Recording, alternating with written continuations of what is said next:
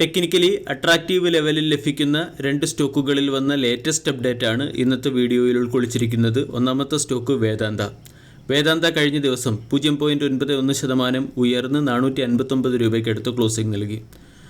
1.71 ലക്ഷം കോടി രൂപയുടെ മാർക്കറ്റ് ക്യാപ്പുള്ള കമ്പനിയുടെ വാല്യൂഷൻ 33.15, ഡിവിഡൻഡ് ഈൽഡ് 3.26%.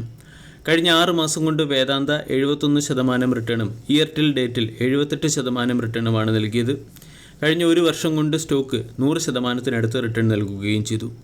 വേദാന്തയ്ക്ക് പ്രമുഖ ഫോറിൻ ബ്രോക്കേജായ CLSA ബൈ എന്ന റേറ്റിംഗ് അല്ലെങ്കിൽ ഔട്ട് പെർഫോം എന്ന റേറ്റിംഗും 520 രൂപയുടെ ടാർഗറ്റ് നൽകിയതാണ് സ്റ്റോക്കിനെ സംബന്ധിക്കുന്ന പ്രധാന അപ്ഡേറ്റ്.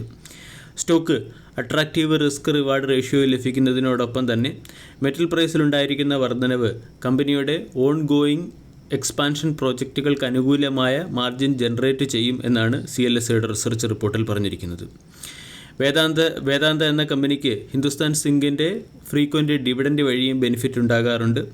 റീസെൻ്റ്ലി ഹിന്ദുസ്ഥാൻ സിങ്ക് 19 രൂപ പെർ ഷെയർ എന്ന റേറ്റിൽ ഡിവിഡൻഡ് പ്രഖ്യാപിച്ചപ്പോൾ വേദാന്തയിൽ ഏകദേശം 828 കോടി രൂപയുടെ ഫണ്ട് ഇൻഫ്ലോയാണ് വരാൻ പോകുന്നത്. ഈ ഫാക്ടറുകളൊക്കെ പരിഗണിച്ചാണ് CLSA വേദാന്ത എന്ന സ്റ്റോക്കിന് ബൈ എന്ന റേറ്റിംഗും 14% അപ്സൈഡിൽ 520 രൂപയുടെ ടാർഗറ്റ് നൽകിയത്. അതോടൊപ്പം തന്നെ വേദാന്ത എന്ന കമ്പനി അതിൻ്റെ ലിവറേജിങ്ങിലും ഗ്രോത്ത് എക്സ്പാൻഷൻ പ്രോജക്റ്റുകളിലും വളരെയധികം ശ്രദ്ധ കേന്ദ്രീകരിക്കുന്നുണ്ട്. ഹിന്ദുസ്ഥാൻ സിങ്കിൻ്റെ സ്റ്റേക്കുകൾ സെൽ ചെയ്ത് 3200 കോടി രൂപയുടെ ഫണ്ട് റൈസ് ചെയ്യാൻ കമ്പനി ശ്രമിച്ചിരുന്നു. അതോടൊപ്പം തന്നെ ക്വാളിഫൈഡ് പ്ലേസ്മെൻറ്റ് വഴി 8500 കോടി രൂപയുടെ ഫണ്ട് റൈസ് ചെയ്യാനും കമ്പനിക്ക് പ്ലാനുണ്ട്.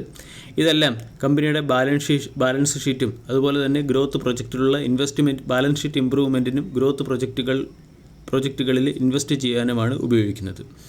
വേദാന്ത എന്ന സ്റ്റോക്ക് ടെക്നിക്കലി അട്രാക്റ്റീവ് ലെവലിൽ ലഭിക്കുന്നു.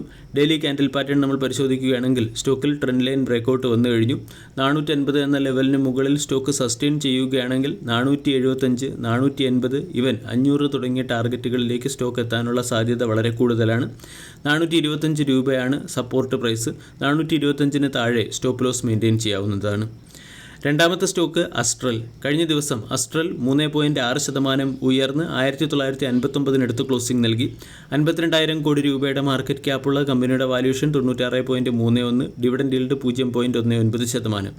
52 വീക്ക് ഹൈ 2484, 52 വീക്കിലോ 1740.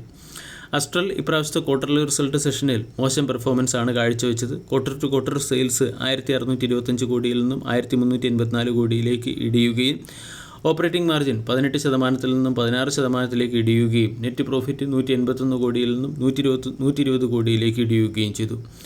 18% ROEയും 23.2% ROCയും കമ്പനി മെയിൻറ്റെയിൻ ചെയ്യുന്നുണ്ട്. 96 കമ്പനിയുടെ വാല്യൂഷൻ.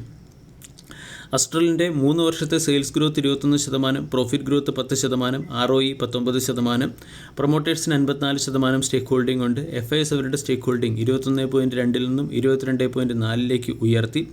DISന് 12.4-ഉം പബ്ലിക്കിന് 10%-നടുത്ത് സ്റ്റേക്ക് ഹോൾഡിംഗുമുണ്ട്.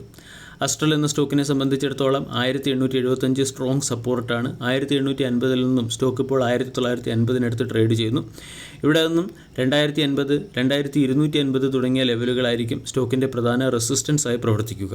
അതേസമയം 1750 സ്റ്റോക്കിൻ്റെ strong and multiple support zone കൂടിയാണ്. വീഡിയോ എല്ലാവർക്കും ഇഷ്ടമായി എന്ന് വിശ്വസിക്കുന്നു. Thank U.